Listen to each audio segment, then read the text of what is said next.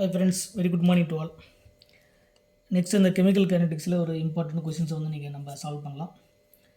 First question பாருங்க, rate of the reaction equal to 1 by 4 minus dA by dt equal to 1 by 3 dB by dt equal to 2 by 5 dC by dt equal to 5 by 6 minus dp by dt minus dd capital D divided by dt. இதுதான் கொடுத்துருக்கக்கூடிய இந்த rate of the reaction. இதுக்கு என்ன கேட்குறாங்கன்னா this rate is corresponding which reaction, கொடுத்துருக்கக்கூடிய எந்த ரியாக்ஷனுக்கான rate அப்படிங்கன்னு கேட்குறாங்க. Option A 4a plus 3b gives 5 by 2c plus 6 by 5 into d. Reaction A. Reaction B வந்து 1 by 4a plus 5 by 6d gives 3b plus 5 by 2c. Next 4a plus 5 by 6d gives 1 by 3b plus 2 by 5c. Last one 4a plus 6 by 5d gives 3b plus 5 by 2c.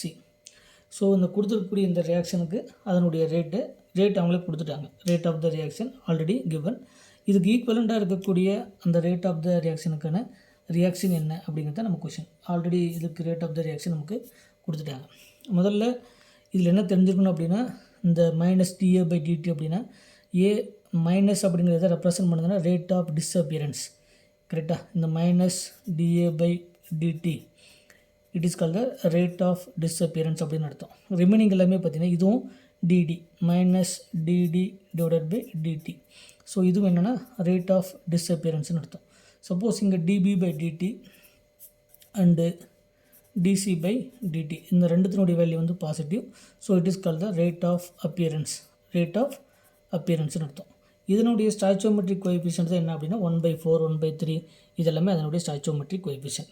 So இதுக்கான solution வந்து நம்ம பார்க்கும்போது இதுக்கான சொல்யூஷனில் first நம்ம பார்க்க வேண்டியது இந்த minus d A by DD அப்படிங்கிறது இந்த ஈக்குவேஷனுக்கு ஏ அப்படிங்கிறது நமக்கு reactant. So minus d A by d t. So 1/4 இதுக்கு எழுதணும்னா பிக்கு எழுதும்போது 1/b டிபி பை டிடி.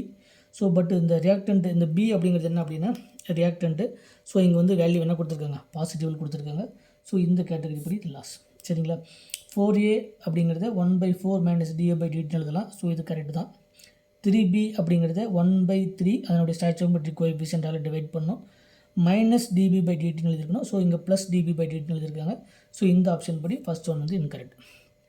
அடுத்தது 1/4. சரிங்களா. 1/4 இங்கேயும் 1/4ன்னு கொடுத்துருக்காங்க. சரிங்களா. 4 இருந்தால் தான் 1/4ன்னு எழுதணும். ஆல்ரெடி நமக்கு கொடுத்துருக்கிறதுல தான் டிவைட் பண்ணோம் நம்ம ரேட் ஆஃப் த ரியாக்ஷன் எழுதும்போது. ஸோ இது படி பார்க்கும்போது இந்த 1/4 எழுதும்போது நமக்கு கரெக்டான எக்ஸ்பிரஷன் கிடையாது. ஏன்னா minus d A by d t divided by 4ன்னு எழுதுவோம். அந்த 4 மேலே போனால் 4 அப்படின்னு நமக்கு கிடைக்கும். சரிங்களா. ஸோ 4a அப்படிங்கிறது இது கரெக்டு. பட் இது வந்து நெகட்டிவ் சார்ஜ். இந்த வேல்யூ வந்து நெகட்டிவ் இல்லை. ஸோ பாசிட்டிவ் இது ராங்.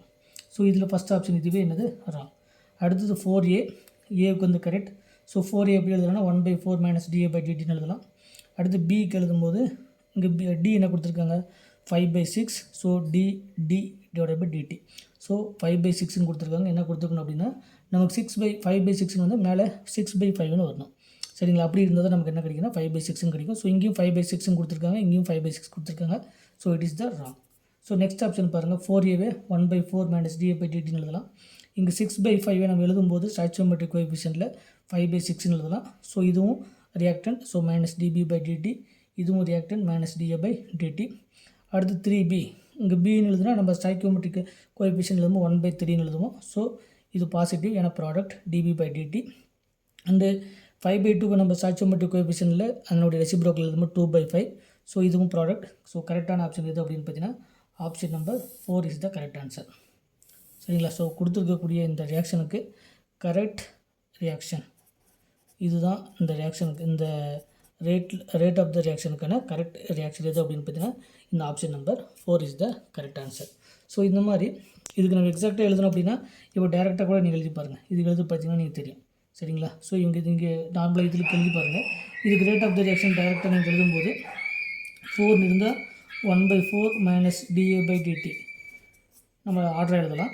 1/4 dA/dt அப்படிங்கிறது ரியாக்டன்ட்டுடைய கான்சன்ட்ரேஷன் குறையுது. ஸோ ரேட் ஆஃப் டிஸ்அப்பியரன்ஸ் இதுக்கு எதுக்கு ஈக்குவல் அப்படின்னா ஈக்குவல் டு 5/6 இங்கே 6/5 இருக்குது 5/6 எழுதலாம் மைனஸ் dd/dt எழுதலாம் equal to is a product.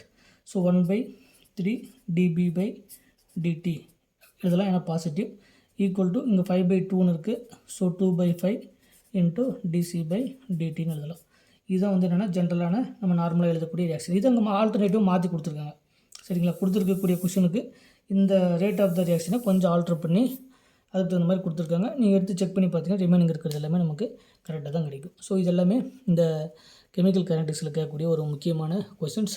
இந்த மாதிரி நிறைய டைப்பான கொஷின்ஸ் எல்லாமே இருக்குது. 1 by 1 ஃபாலோ பண்ணுங்கள். Thank you so much.